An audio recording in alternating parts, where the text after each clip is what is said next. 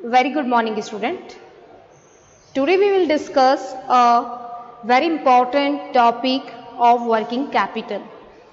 Previous video में हम लोगों ने डिस्कस किया था वर्किंग कैपिटल के मीनिंग, उसके टाइप्स के बारे में, और साथ ही साथ हमने देखा कि वर्किंग कैपिटल कितना इम्पोर्टेंस है, और साथ ही उसके कुछ हमने डिसएडवांटेज के बारे में स्टडी की। आज के इस वीडियो में हम लोग बात करेंगे एक बहुत इंपॉर्टेंट टॉपिक वर्किंग कैपिटल का। ये एग्जाम के पॉइंट ऑफ व्यू से बहुत ही इंपॉर्टेंट है। ये 7 मार्क्स में या 15 मार्क्स में ये क्वेश्चन आता है।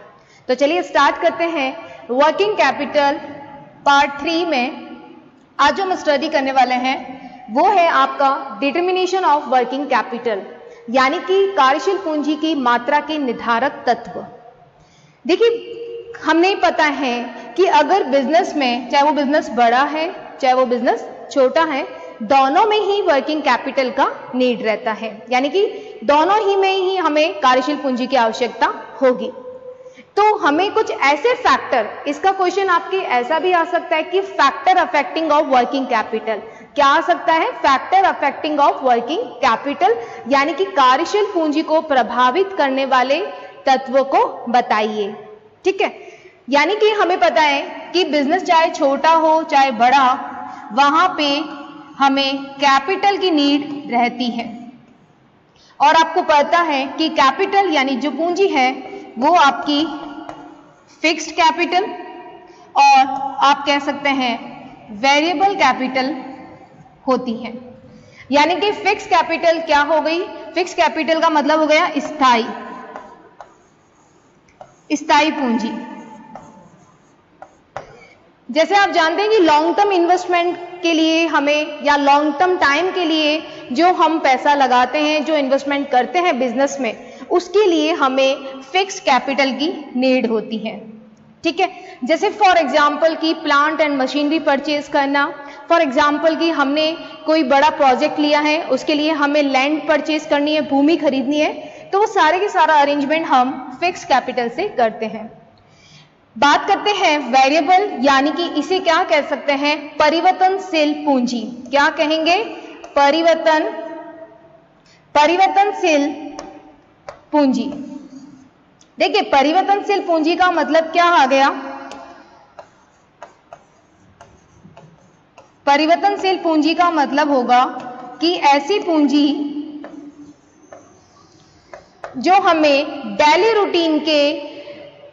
रूटीन के एक्सपेंसेस को पूरा करने के लिए जो चाहिए, यानी कि इसे मैं वेरिएबल ना कह के इसे मैं वर्किंग कैपिटल भी बोल सकती हूं, जो हमारे चैप्टर का नाम है। वेरिएबल यानी चेंज होती रहेगी, या इसे मैं कह सकती हूं वर्किंग कैपिटल। ठीक है, वर्किंग कैपिटल का मतलब हो गया जो डेली हमारे कंजप्शन होते हैं, डेली हमारे जो एक्सपेंसेस होते हैं उसे फुलफिल करना।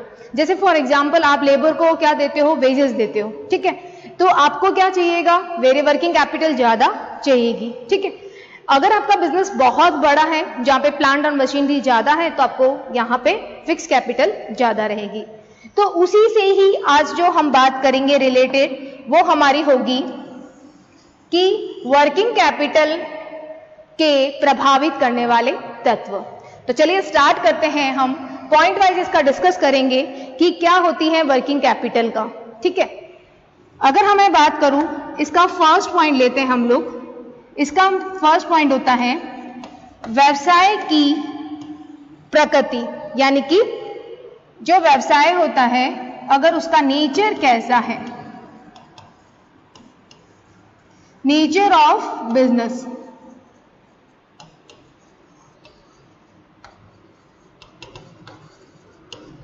नेचर ऑफ बिजनेस यानी आपके बिजनेस का नेचर कैसा है। अगर आपके बिजनेस का नेचर रेगुलर है, नियमित है, सर्टेन इनकम होती है यानी निश्चित आय होती है, तो आपको वर्किंग कैपिटल की नीड क्या होगी? कम होगी। कैसा होना चाहिए? आपकी इनकम में दो चीज होनी चाहिए। कौन सी? एक तो आपकी इनकम रेगुलर हो और साथ ही साथ उसमें सर्टेनिटी हो, यानी निश्चितता हो और नियमितता हो। अगर ऐसा बिजनेस है आपके बिजनेस के नेचर का, तो वहां पे वर्किंग कैपिटल की नीड कम रहेगी। लेकिन अगर आपके बिजनेस का इनकम आपका रेगुलर नहीं है, अनसर्टेन है, या हम कह सकते हैं कि उसमें आपकी इनकम में वेरिएबिलिटी आती है, बहुत ज्यादा चेंजेस आता है, तो आपकी वर्किंग कैपिटल उस बिजनेस में ज्यादा चाहिएगी। यानी रेगुलर इनकम नहीं है, अनसर्टेनिटी है, तो आपको वहां पे वर्किंग कैपिटल का नीड ज्यादा रहेगा, ये आपको ध्यान रखना है। ठीक है, तो यानी नेचर ऑफ बिजनेस का बिल्कुल आपको समझ में आ गया होगा कि इनकम के ऊपर डिपेंड करता है, इनकम कैसी है, रेगुलर है, सर्टेनिटी है उसमें, तो आपको वर्किंग कैपिटल कम चाहिएगा, और अगर अनसर्टेनिटी है और इनरेगुलर है तो आपको वर्किंग कैपिटल ज्यादा चाहिएगी। चलिए बात करते हैं हम लोग अपने सेकंड पॉइंट का। सेकंड पॉइंट हमारा कह रहा है कि साइज ऑफ बिजनेस या फर्म, साइज ऑफ बिजनेस,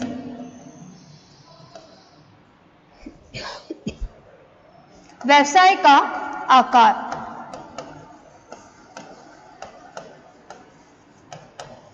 आप सभी जानते हैं कि अगर आपके बिजनेस का साइज बड़ा है तो वर्किंग कैपिटल आपको ज्यादा चाहिएगी, अगर आपके बिजनेस का साइज छोटा है तो आपको वर्किंग कैपिटल की नीड कम रहेगी। यानी कि आपके बिजनेस का साइज के ऊपर डिपेंड करता है वर्किंग कैपिटल कब ज्यादा रहेगी। ठीक है, यानी कि बिजनेस का अगर साइज बहुत बड़ा है तो वहां पे आपको वर्किंग कैपिटल ज्यादा, और दूसरा अगर वर्किंग कैपिटल कब कम चाहिएगी, जब आपके बिजनेस का साइज छोटा हो। तो ये आपको अच्छे से याद रखना है। ठीक है, बात करते हैं हमारे नेक्स्ट पॉइंट का, यानी कि थर्ड पॉइंट का। थर्ड पॉइंट हमारा कहता है प्रोडक्शन प्रोसेस। क्या है हमारा थर्ड पॉइंट? है प्रोडक्शन प्रोसेस, यानी कि उत्पादन में आपको कितना टाइम लग रहा है, उत्पादन प्रक्रिया, उत्पादन प्रक्रिया। उत्पादन प्रक्रिया का मतलब हो गया कि आपकी उत्पादन की प्रक्रिया कितनी है। अगर आपके प्रोडक्शन प्रोसेस ज्यादा, आप कह सकते हैं कॉम्प्लिकेटेड है, या आपकी जो प्रोडक्शन प्रोसेस है वो लॉन्ग है, तो वहां पे आपको अधिक ज्यादा कह सकते हैं कार्यशील पूंजी की आवश्यकता रहेगी। यानी कि प्रोडक्शन प्रोसेस अगर आपकी लॉन्ग है, ठीक है, लॉन्ग टर्म है, और अगर आपकी प्रोडक्शन प्रोसेस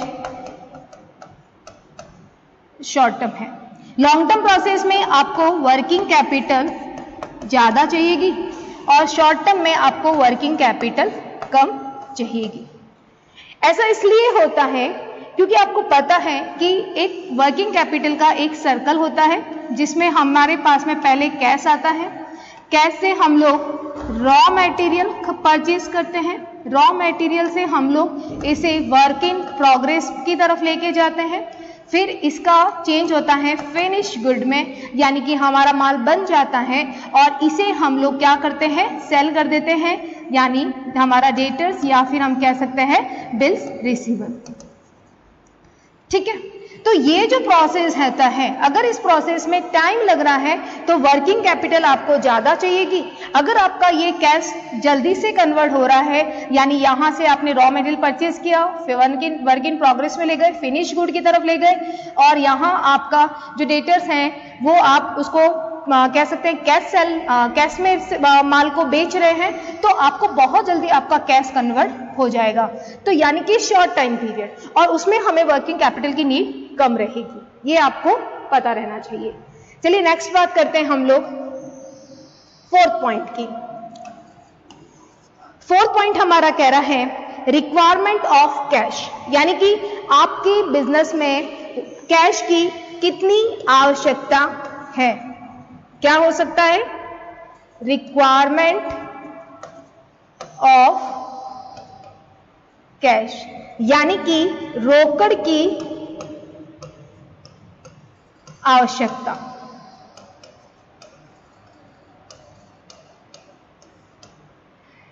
देखिए, अगर आपके बिजनेस में कैश की बहुत ज्यादा नीड है तो ये हमारे वर्किंग कैपिटल को इफेक्ट करेगी। यानी आपको कैश का नीड क्यों है, आप वेजेस दे रहे हैं इसलिए आपको नीड है, आप रेंट पे कर रहे हो अपनी बिल्डिंग का इसलिए है, आप टैक्स दे रहे हो टाइम पे तो ये आपको ज्यादा पैसा चाहिए, सैलरी दे रहे हैं आप लोग तो इसलिए आपके बिजनेस को कैश की नीड है। तो ये कुछ ऐसे एग्जाम्पल हैं कि आपको ज्यादा से ज्यादा कैश की आवश्यकता है। अगर आपको ज्यादा कैश की नीड है तो आपका वर्किंग कैपिटल ज्यादा रहेगा। अगर आपको कैश की नीड ज्यादा है तो वर्किंग कैपिटल ज्यादा। अगर आपके बिजनेस में कैश की नीड नहीं है यानी आपको रोकड़ नहीं चाहिए तो वहां पे वर्किंग कैपिटल हमें कम रहेगी। ठीक है, ये डिपेंड करता है कि बिजनेस किस टाइप का है। तो ये रिक्वायरमेंट ऑफ आप कह सकते हैं कैश के ऊपर डिपेंड करता है वर्किंग कैपिटल। नेक्स्ट बात करते हैं हम लोग इसके फिफ्थ पॉइंट की। फिफ्थ पॉइंट का कहता है कि आपके बिजनेस में प्रोडक्शन पॉलिसीज कैसी हैं, उत्पादन नीतियां कैसी हैं उसके बारे में। यानी क्या कह रहा है, प्रोडक्शन पॉलिसीज यानी पॉलिसीज कैसी है इसके बारे में वो बात कर रहा है। उत्पादन कह सकते हैं, उत्पादन नीतियां।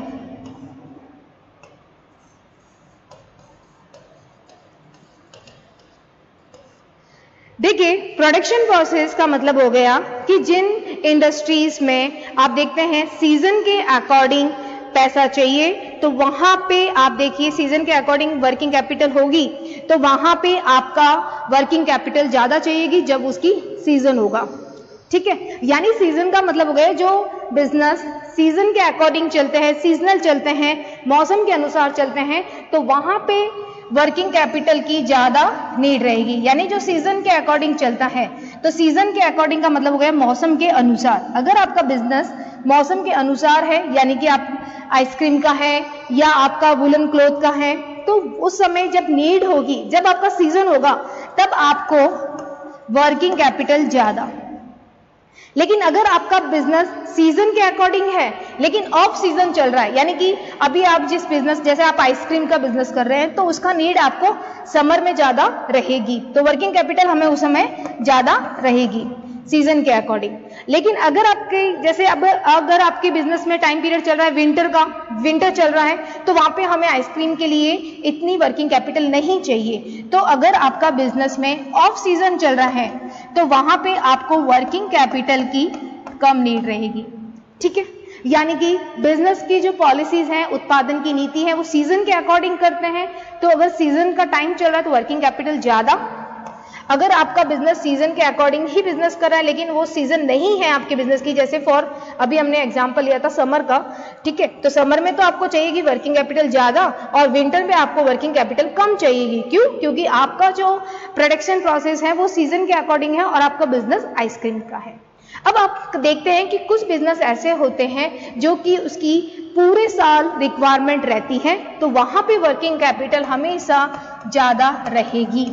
यानी कि आप देखते हैं ना कुछ बिजनेस ऐसे होते हैं जैसे आप देखिए क्लॉथ हो गया या फिर साड़ी का बिजनेस है, ठीक है, रेडीमेड क्लॉथ हो गए तो इनका बिजनेस हमेशा साल भर रहता है इसलिए वहां पे वर्किंग कैपिटल की नीड ज्यादा रहेगी।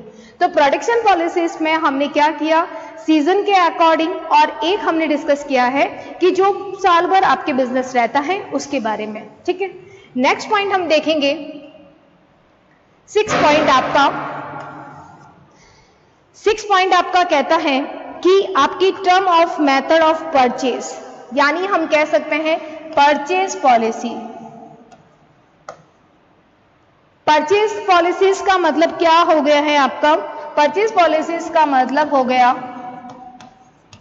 या मैं इसे कह सकती हूं क्रय करने की शर्त। ठीक है, इसे हम कह सकते हैं, या तो हम कह सकते हैं परचेज पॉलिसीज, या फिर हम इसे कह सकते हैं टर्म ऑफ परचेज, या फिर हम इसे कह सकते हैं कि परचेज की कंडीशन। ठीक है, यानी जो आप खरीद कर रहे हो, जो आप उसकी शर्त कैसी है। देखिए बिजनेस में हम लोग अपना जो रॉ मटेरियल होता है, बिजनेस में रॉ मटेरियल को परचेज करने के लिए हम किससे परचेज करते हैं, इसे हम करते हैं सप्लायर से। सप्लायर यानी पूर्तिकर्ता, तो पूर्तिकर्ता से हम रॉ मटेरियल को परचेज करते हैं। लेकिन ये जो रॉ मटेरियल है ये आपने क्रेडिट परचेज किया है। क्रेडिट का मतलब क्या हो गया? उधार पर खरीदा है। उधार का मतलब क्या हो गया कि आपने उधार पैसा आपने कैश में नहीं दिया है, आपने उधार खरीदा है, तो वहां पे आपको वर्किंग कैपिटल की जो नीड है वो कम रहेगी। क्यों रहेगी कम? क्योंकि अभी हमने कैश में पेमेंट नहीं किया है, अभी हमने किससे पेमेंट किया है? देखिए यहां पे मैं लिख सकती हूं इसे कि या तो आप करेंगे क्रेडिट में या फिर आप करेंगे कैश में। अगर सपोज दैट अगर आप कैश में क्रेडिट में अगर आप सेल कर रहे हो, उधार बेच रहे हो, तो आपका कैश कुछ समय के लिए आपके पास रह गया है, तो उसको आप वर्किंग कैपिटल के लिए यूज कर सकते हो, तो इसके लिए आपको वर्किंग कैपिटल कम चाहिएगा। लेकिन अगर आप अपना ये सप्लायर से रॉ मटेरियल कैश में परचेज करते हो तो आपको वर्किंग कैपिटल ज्यादा चाहिएगी, क्योंकि आपका पैसा तो क्या हुआ है? आपका पैसा सप्लायर के पास में आ चुका है। तो देखिए सिंपल सा है कि आप अपना रॉ मटेरियल खरीदते हैं सप्लायर से, जिसे हम कहते हैं पूर्तिकर्ता, ठीक है। इससे आप दो कंडीशन में खरीदते हैं, एक क्रेडिट में कर देते हैं और एक कैश में। क्रेडिट में खरीदेंगे यानी उधार माल खरीद रहे हैं तो आपको वर्किंग कैपिटल की कम नीड रहेगी, क्योंकि अभी हमारे पास कैश है, ठीक है। अगर बिजनेस में आप कैश में रॉ मटेरियल परचेज कर रहे हैं तो आपको वर्किंग कैपिटल की नीड ज्यादा रहेगी, ये आपको याद रखना है। उसी तरह से आप अपना बिजनेस में सेल की कंडीशन क्या है, यानी आप किस कंडीशन में विक्रय करते हो, ये इसके ऊपर भी डिपेंड करता है कि आप अपने सेल के लिए क्या पॉलिसीज फॉलो करते हो, तो उस पर भी आपका कह सकते हैं वर्किंग कैपिटल इफेक्ट होता है। तो देखिए दूसरा, ये जो हमारा नेक्स्ट पॉइंट है, तो ये हमारा पॉइंट कह रहा है विक्रय की नीतियां, या इसे मैं विक्रय की शर्त कह सकती हूं। देखिए अगर आप अपने फिनिश्ड गुड को, यानी कि जो माल तैयार हो गया है, उसे आप या तो कैश में सेल करेंगे या फिर आप अपने बिजनेस को और आगे ग्रोथ करने के लिए आप उसे उधार भी बेच सकते हैं, यानी कि आप क्रेडिट करेंगे, यानी कि उधार देंगे या फिर नगद देंगे। तो एक बात बताइए कि अगर आप अपने प्रोडक्शन को सेल कर रहे हो और आप नगद में दे रहे हो, यानी कि आपके पास पैसा टाइम पे आ रहा है, तो आपको वर्किंग कैपिटल कम नीड होगी, ठीक है। तो वर्किंग कैपिटल की नीड आपकी कम रहेगी, ये आपको ध्यान रखना है, ठीक है। तो वर्किंग कैपिटल की नीड कम क्यों रहेगी? क्योंकि हमने अपने प्रोडक्ट को टाइम पे कैश में क्या कर दिया है, सेल कर दिया है, और अब हमारे पास वर्किंग कैपिटल आ चुकी है। लेकिन अगर आप अपने बिजनेस में अपने जो प्रोडक्ट होते हैं उसको आप उधार बेच रहे हो, उधार बेच रहे का मतलब हो गया आप उसे पैसा टाइम पे आप उसे नहीं ले रहे हैं, तो आपको टाइम लगेगा पैसा आने में आपके बिजनेस में, तो वहां आपको वर्किंग कैपिटल का अरेंजमेंट करके रखना होगा, क्योंकि अभी हमने उधार माल बेचा है उससे हमारी अभी रिकवरी होना बाकी है, हमारे पास में पैसा आना भी बाकी है, इसीलिए हमें वर्किंग कैपिटल ज्यादा चाहिएगी। यानी कि सेल पॉलिसी में विक्रय शर्त में क्या हो गया, या तो आप कैश में सेल करेंगे या क्रेडिट में सेल करेंगे।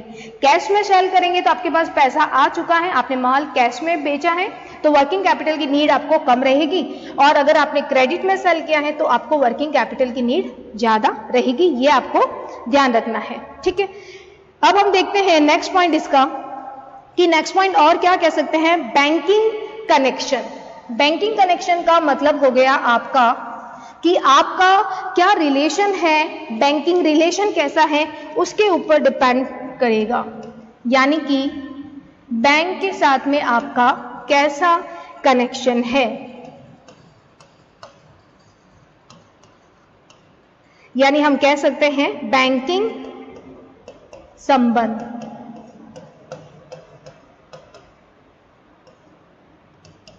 बैंकिंग संबंध में देखिए बहुत सिंपल सा है, अगर आप टाइम पे बैंक से लोन लेते हैं, टाइम पे इंटरेस्ट देते हैं, तो वहां पे आपको वर्किंग कैपिटल की नीड कम रहेगी। लेकिन आप बैंकिंग कंडीशन यानी आपने जो लोन पहले ले रखा है उसका आपने ना टाइम पे इंटरेस्ट दिया है, तो आपको वर्किंग कैपिटल की ज़्यादा नीड रहेगी।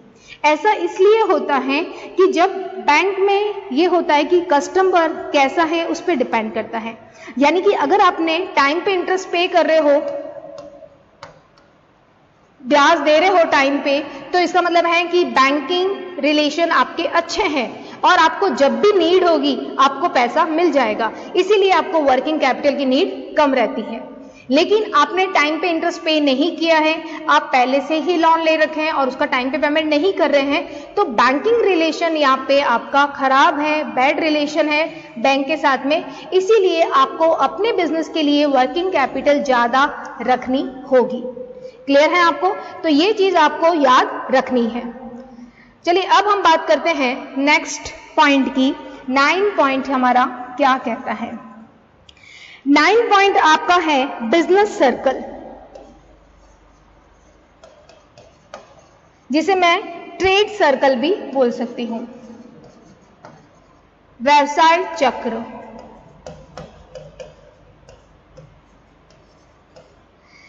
देखिए अब सिंपल है कि आप जानते हैं कि इकोनॉमिक में, अर्थव्यवस्था में दो तरह के पीरियड आते हैं, एक आता है बूम टाइम पीरियड और एक आता है बॉटम टाइम पीरियड, या इसे रिसेशन पीरियड भी कहा जाता है। ठीक है, यानी कि बूम एंड बॉटम। ठीक है, जिसे मैं कह सकते हैं हम तेजी और मंदी। ठीक है, तेजी या मंदी। तेजी या मंदी में हम देख सकते हैं कि जब तेजी का टाइम पीरियड होता है, बूम टाइम पीरियड होता है, तो वहां पे हमारी जो डिमांड है वो इंक्रीज होती है।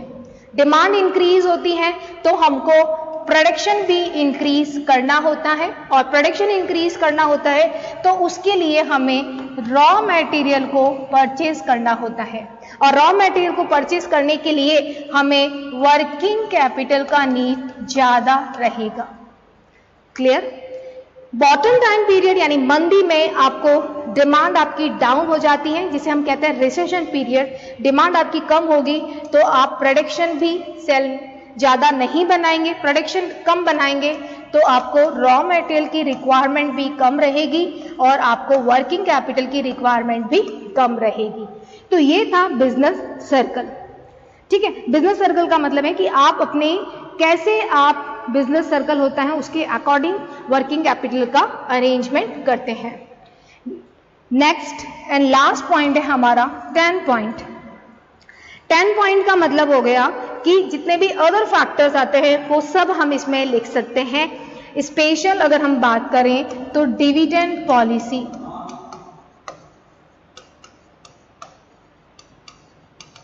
डिविडेंड पॉलिसी का मतलब हो गया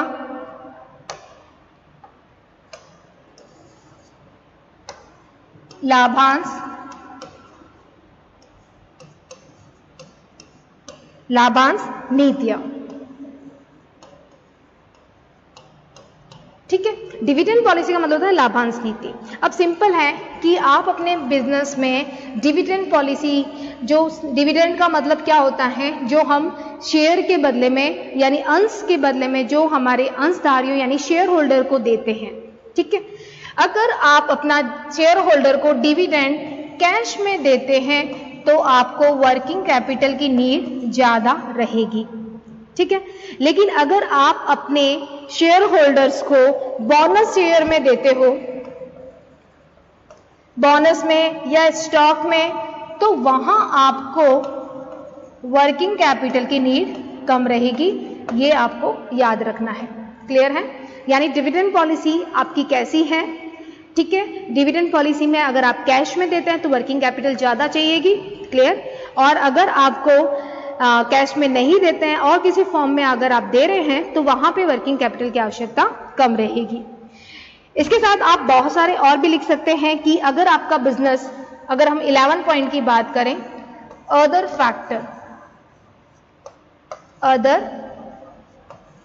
फैक्टर्स में, यानी अन्य कारक।